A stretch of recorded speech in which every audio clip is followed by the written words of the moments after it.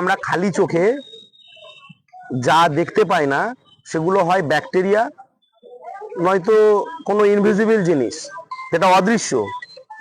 তো আজকে এই দিনের স্পষ্ট আলোকে, দিবালোকেতে 2021 সাল থেকে 2026 সাল পর্যন্ত 5 বছর ধরে আমরা প্রকাশ্য দিবালোকে আমাদের বর্তমান বিধায়ক সাহেব সম্মানীয় বিশ্বনাথ কারক মহোদয়কে আমরা কখনোই দেখতে পাইনি। আজকে এই গোঘাটের খরা, বন্যা, মানুষের বিপদ আপদ, প্রয়োজন, দরকার, ছাত্রছাত্রীদের বিভিন্ন স্কলারশিপের সার্টিফিকেটে সই করার জন্য, কোনো মানুষকে কোনো বড় কলকাতার হসপিটালেতে, নার্সিংহোমে রেফার করার জন্য, সাধারণ মানুষের বিভিন্ন সরকারি শংসাপত্রে সই করার জন্য বিশ্বনাথ কারককে খুঁজে পাওয়া যায়নি। যেখানে কি এসআইআর এর মধ্যেও একটা সর্বনাশা মানুষের শেষ করার মতন একটা প্রক্রিয়া চলছে, যেখানে মানুষের ডকুমেন্টেশনের দরকার, এমএলএ সাহেবকে দরকার।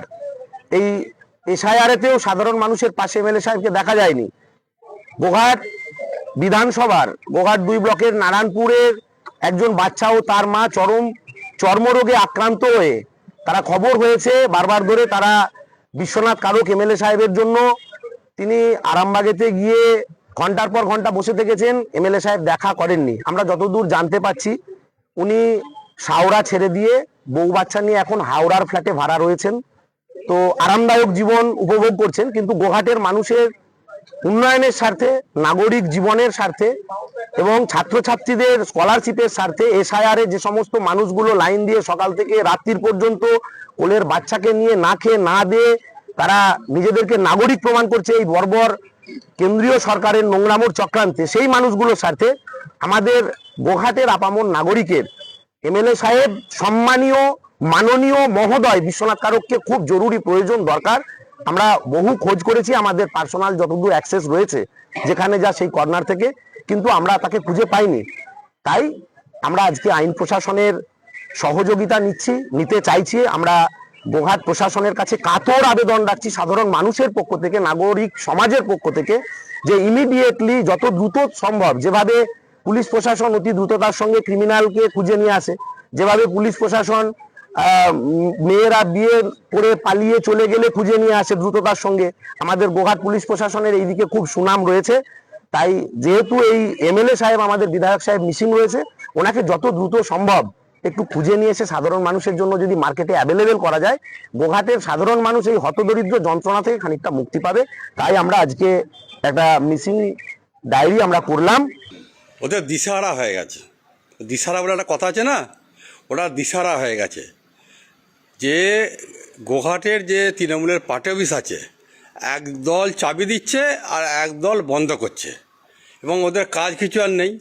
কারণ কাটমানি আস্তে আস্তে বন্ধ হয়ে যাচ্ছে, তোলাবাজি বন্ধ হয়ে যাচ্ছে, এবং তার জন্যে ওদের রোজগারপত্রই আর নেই, সেই জন্যই দিশাহারা হয়ে গেছে। কি কাজ করবে? আর যেহেতু ভারতীয় জনতা পার্টির সাংগঠনিক শ্রীবৃদ্ধি ঘটছে, এটা দেখে না ওরা একেবারেই দিশাহারা হয়ে পড়েছে, সেই জন্য ওরা এরকম আবল তাবল কথা বলছে। আজকে হচ্ছে 11 তারিখ, গতকাল কত ছিল? 10 তারিখ।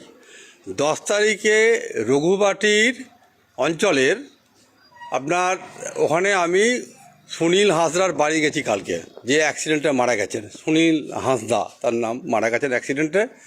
তাকে ওরা দেখেননি, এবং তিনি তার অবস্থা খারাপ, মাটির দেওয়াল বাড়িটা এবং ছাদ ফুটো হয়ে গেছে, বৃষ্টি হলেই জল পড়বে, তার খাবারও সংসারে নেই, এবং একজন রোজগারি তিনি মারা গেছেন।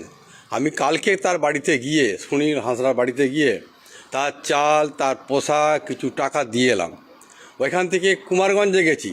কুমারগঞ্জে আপনারা জানেন যে তারাপীঠের মন্দির হয়েছে, তারাপীঠের মন্দিরে আমি একটা লাইট দিয়েছি। লাইটটা কেমন জ্বলছে কালকে সবার সঙ্গে যোগাযোগ করে এসেছি, এবং লাইটটা কেমন জ্বলছে, খারাপ লাইট দিল কি ভালো লাইট দিল আমি দেখে এলাম। সবাই বলছে না ভালো লাইট দিয়েছে। ওখান থেকে ভুরকুণ্ডু গেছি, ভুরকুণ্ডু দুর্গা মন্দিরে একটি লাইট দিয়েছি, সেখানেও লাইট জ্বলছে। এবং গোটা কালকে কুমারগঞ্জ থেকে শুরু করে, রঘুবাটি থেকে শুরু করে কামারপুকুর, বেঙ্গাই, এতগুলো অঞ্চল আমি ঘুরলাম, আর ওরা বলছে আমরা দেখতে পাইনি। এবং সব থেকে আপনাদের কথা বলি যে ওরা যে দিশাহারা পড়েছে এই রাহুল, এই জন্যেই যে কাটমানি না থাকার জন্যে, আমি একটা প্রমাণ দিচ্ছি আপনার কাছে, তুলে ধরুন। ওদের এমপিকে মিতালি বাগ একটি সাইকেল সেট করার জন্যে একটা টাকা দিয়েছিল গোহাট 1 নম্বর বিডি অফিসে, এবং কাজটা এমনই নিম্নমানের হয়েছে। এবং মিতালি বাগ এমপি ম্যাডাম তিনি খবর পেয়ে তিনি এলেন, তিনি বিডিওকে ডাকলেন, লেখে তিনি জিজ্ঞাসা করছেন যে আমি যা টাকা দিয়েছি এত নিম্নমানের কেন সাইকেল সেট হয়েছে, বাকি কোথা টাকা গেল, কে কাটমানি খেলো, বিডিওকে ধমকাচ্ছে। তাহলে এই যে তোলাবাজি কাটমানি আস্তে আস্তে বন্ধ হয়ে যাচ্ছে, কারণ ভোট আসছে এবং বুঝতে পারছে যে ভারতীয় জনতা পার্টির বিভিন্ন জায়গায় তারা জেগে উঠেছে। আজকে তৃণমূল কংগ্রেস আস্তে আস্তে তারা হুমড়ি খেয়ে দিশারা হয়ে পড়ে তারা হোঁচট খেয়ে পড়ে যাচ্ছে।